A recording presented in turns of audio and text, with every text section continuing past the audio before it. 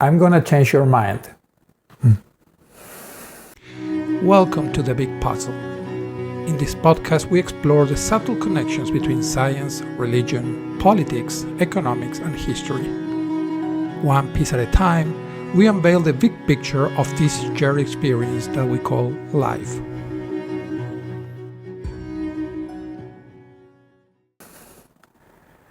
I don't know how I changed your mind, but I know that I did. Because before you saw me, you heard me, you clicked on this video, your mind was different. So now in your mind you have a thought that you didn't have before. So that thought might be, this guy is crazy, or that was a waste of time, or whatever. I don't know how I changed your mind, but I know that I changed it. And I want to talk a little about that. I try not to repeat myself in these videos. I try to cover one topic as exhaustively as I can. But I think that now we can connect several pieces of the puzzle. And the last few days I've been spending some time, mostly in LinkedIn, talking, arguing with people about AI, about intelligence. And I think I can present something interesting. So the first topic is language. And as I mentioned in another video, language is just a limitation of our minds, right? What is a mind? Well, a mind is basically a multidimensional network of concepts.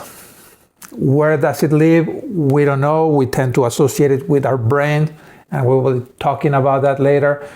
But basically, we have all these concepts interconnected in different ways, and every mind is different.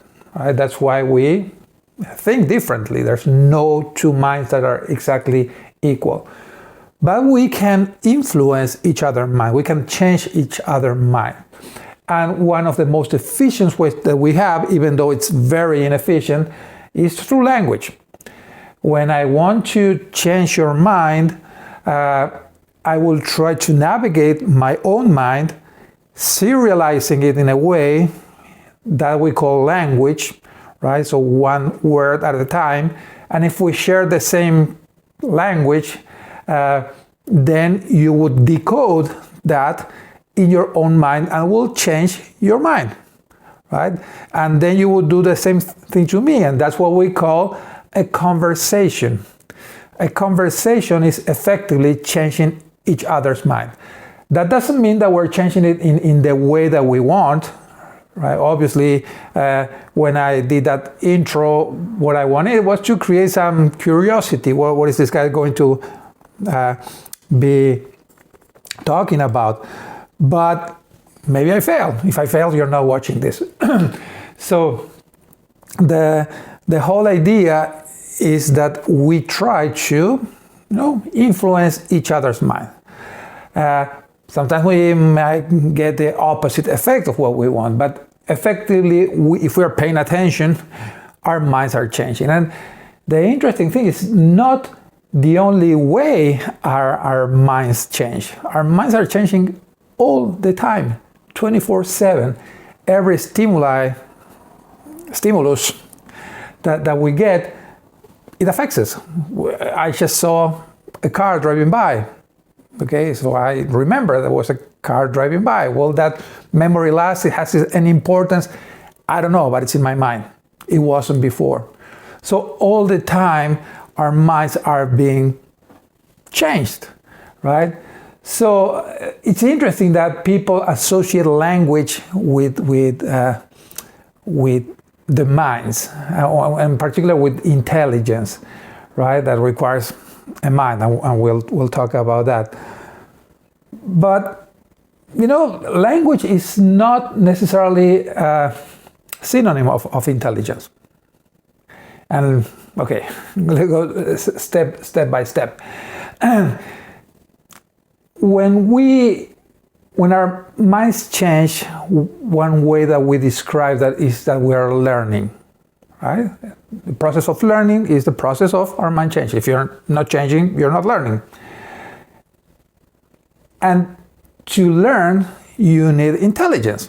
So what is learning? Well, learning is the process by which some of those connections are created, are strengthened, are weakened, or are deleted, basically, right? So all those connections in our mind are constantly going through those 4 processes. And again, it's something that is happening all the time. And intelligence is the description or is a process, or it's a process by which those changes happen in the mind. And that's what we don't understand. Because first of all, we don't understand where those connections even are, right? If there are anywhere. And we don't understand how they're strengthened. We can kind of measure the effects, but technically we don't know exactly how things happen. How do we learn? How our minds work? Where are those multidimensional connections, that network? Now let's go to LLMs or AI. So AIs are not intelligent. Why? Because they don't even have that basic characteristic. LLMs don't change. They don't learn. LLMs are trained. Right? What is trained? Well, trained is one event in which a lot of processing is done at once, a lot of data is processed at once, and is solidified into a mind, a static mind. Kind of in this case, it's a very huge matrix, mathematical matrix, not the movie matrix, that contains how words are connected to each other. And that's interesting because we're talking about words or tokens, that it's kind of a simplification, generalization of what a word is. So then if the LLMs are not changing, they're not intelligent. Right? It's something that is imposed. And if you remember, if you're old enough and you remember this, what is the name? The marionette series, it was called Joe 90, Joe 90. And, it was this boy, if I recall correctly, that his father was a scientist, and before he sent him to any mission as a spy, he would put it in a cage that would, a spherical cage that would go around, and that would put a lot of information. So in one episode, he would be a grandmaster chess player, right? And in the other one would be an expert in wine, whatever the mission required, he was trained.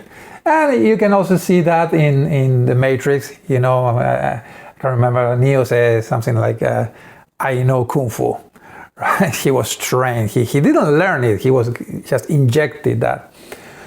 But we could argue that both Joe 90 and Neo could learn because they are intelligent. So that was kind of added to them, but then they could keep learning.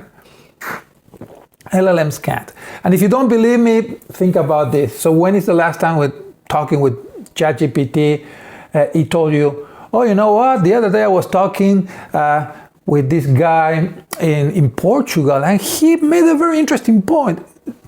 No, it never happens, because all the answers that it's going to give us are already stored. There's nothing you can say that will change ChatGPT. Will it change the session, the context? Yes. But as soon as you stop that session, you close that session, you start over, ChatGPT he doesn't know you. He doesn't know anything about anything, right? It defaults, it resets to its default that was trained. And yeah, it's trained often, and there's this randomness that it's adds, so it doesn't give you the same answer over and over, which also creates its own set of problems, but makes it look more human when it's really not. So you're not having a conversation. It's only ChatGPT changing your mind.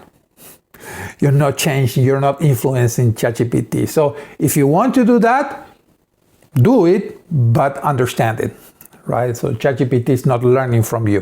It doesn't care about you. You're not influencing it in any way. So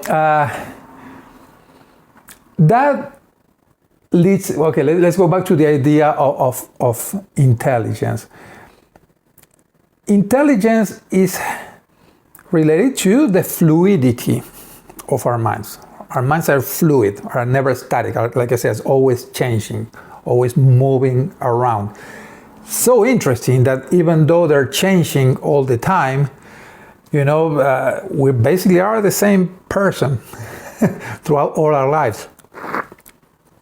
And that's maybe why, if really our minds live in our brains, that's why maybe we stop creating new neurons, because we need to have some stability in the hardware, right? So the neurons are not dying and being reborn, because it would be really difficult to keep everything orchestrated. So once your brain develops, it just stays the same. Well, eventually they start dying and then you die. But it's not renewed all the time, like, I don't know, hair or skin or whatever, right? Other cells. But for me, there's something very interesting, because where is the mind? Where are these connections? And if we say that something is changing, where are those changes manifest? So it has to happen in the physical world, right? At least let's assume that. So it happens in the physical world. So when I saw that car going by through the window, not going by through the window, I saw it through the window.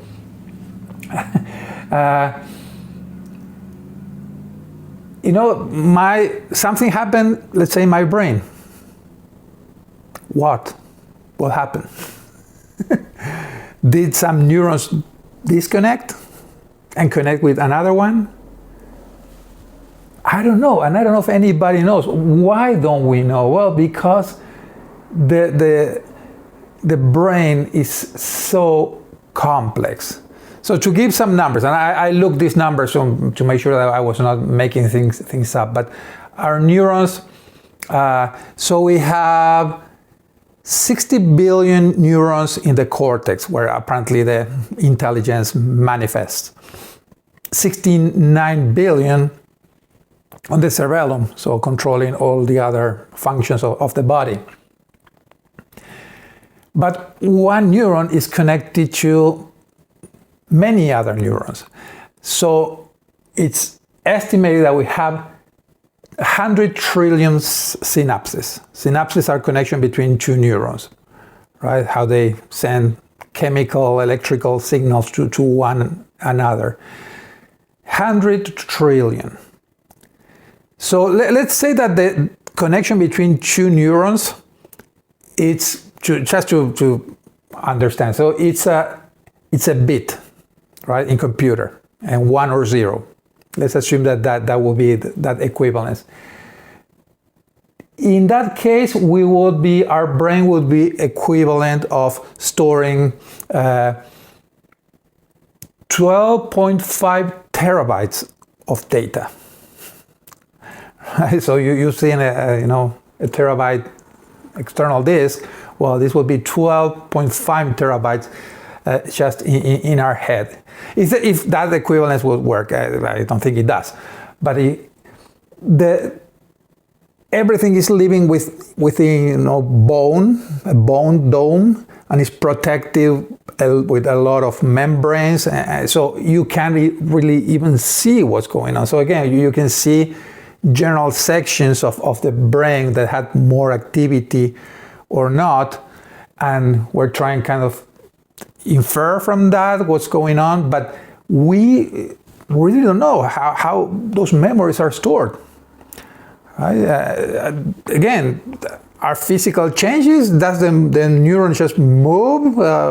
How does it disconnect to create the memory of the car going by? Where? If we add to that, we also discussed sometime that apparently there's some kind of holography. So it's not like things are stored in one place, but are stored at in different places, which gives different resolution, because people has lost in accidents or in the war big parts of their brains, and they still have the same functions and memories, but only are more diffuse, kind of the same thing that happens with an hologram, right?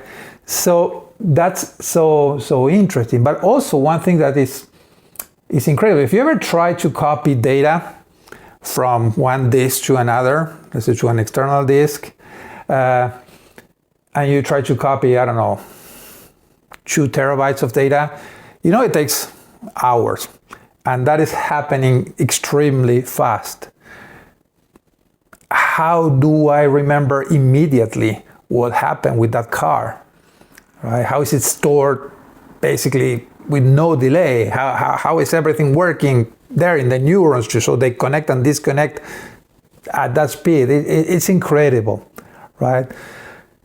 To make things even more interesting, the brain only takes about 20 watts of power.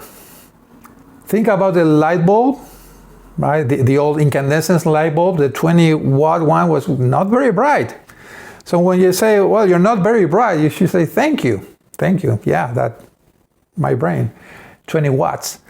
And it's doing all of that with that little energy. It's really amazing, right?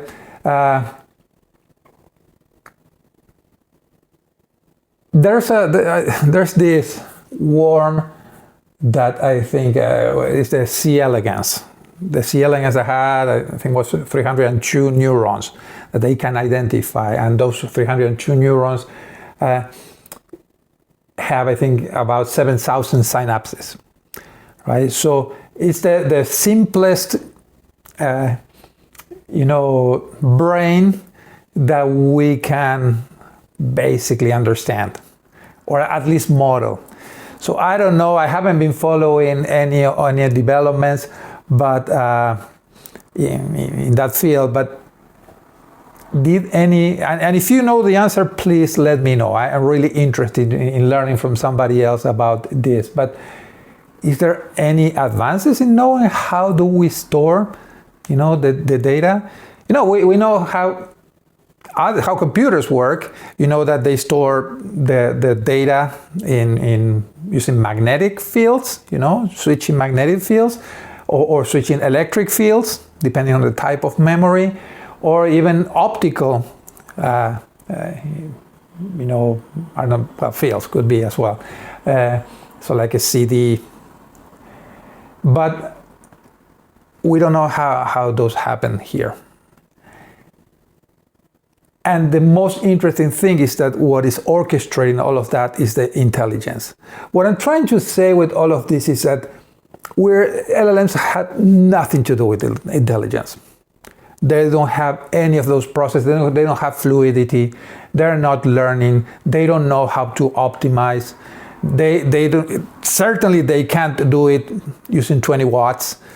So let's say that they figured out a way to train these models that takes weeks, even months of extremely intensive electricity and water consumption.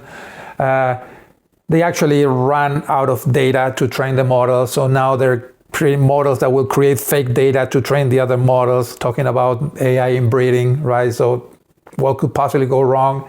We'll get crappier and crappier models over and over because, we reached the limit of what is doable with LLMs and similar technologies.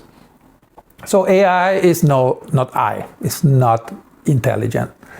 And well, I hope I made a point, right? That why AI is not intelligent and it cannot be, and it's not the path. It's not, if we make it bigger and bigger and bigger, then eventually it will become intelligent. No, it's not doing anything. The little that we know about how intelligence works, how the minds work, they don't even have that.